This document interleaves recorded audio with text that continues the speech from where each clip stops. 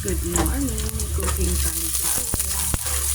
Kasi tayo lang, sinampalupa. So, pasensya na kayo, maingat na kapaligiran mga kainday.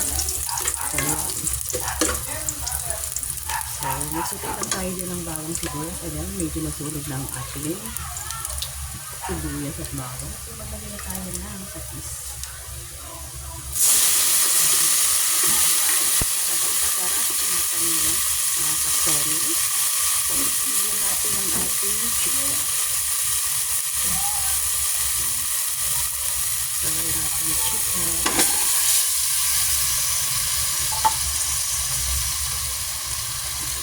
Chicken lang muna natin.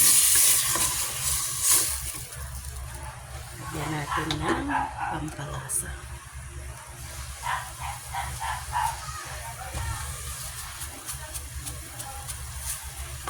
Then, lagyan natin ng paminta. Lagyan na rin natin yung sili. So, yan. Isasatay na lang muna natin. Sasangkot siya natin mabuti. Para matanggal yung lansa ng ating chicken, mga kanina. So, yan. Cover muna natin. Ulo na siya. Hindi nilagyan ko na yung sampalo. Ilagay na natin ang ating mustasa. Mustasa. And then, pakulo na lang natin yan. At okay na ang ating chicken sinampalukan.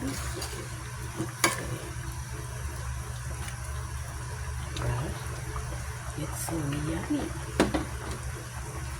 So, ayun na po ang ating ulam for today's lunch. Chicken sinampalukan. And then, cooking na tayo. Kain na. Bye!